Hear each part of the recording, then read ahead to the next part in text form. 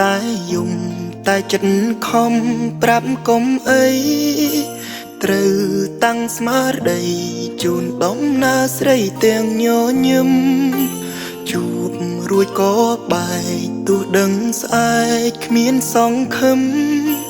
តែខំញញឹមឲ្យស្រីឃើញថាខ្ញុំទ្រាំបាន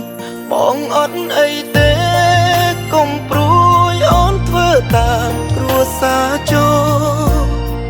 កុំនៅស្រណោបងអាចទ្រាំបានបងអត់អីទេទៅ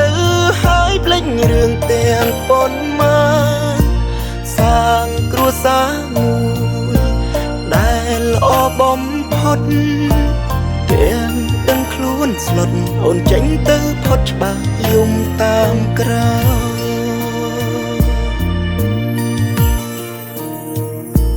បងនៅសិក្សាដឹងច្បាស់ថាគ្មានលទ្ធភាពទឹកភ្នែកហូរជ្រាបជាតិនេះមិនអាចថែត្រានត្រើយសង្សារថ្ងៃមុនថ្ងៃក្រោយអូនប្រពន្ធគេហើយជួបគ្នាលើកចុងក្រោយគឺជាការជួបដើម្បីលាគ្នាបងអត់អីទេកុំព្រួយអូនធ្វើតាមគ្រួសារចូលកុំនៅស្រណោបងអាចទ្រាំបានបងអត់អីទេទៅហើយភ្លេចរឿងទាំងប៉ុន្មានសាងគ្រួសារមួយដែលល្អបំផុតទាំងដឹងខ្លួនស្លុតអូនចេញទៅផុតច្បាស់យំតាមក្រៅ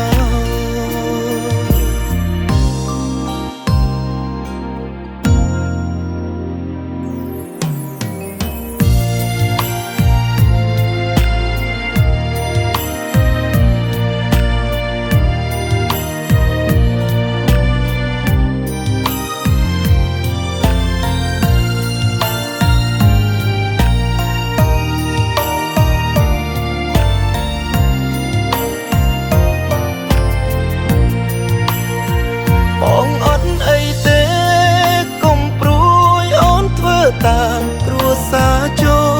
លកុំនៅស្រណោបងអាចទ្រាំបានបងអត់អីទេទៅហើយភ្លេចរឿងទាំងប៉ុន្មាន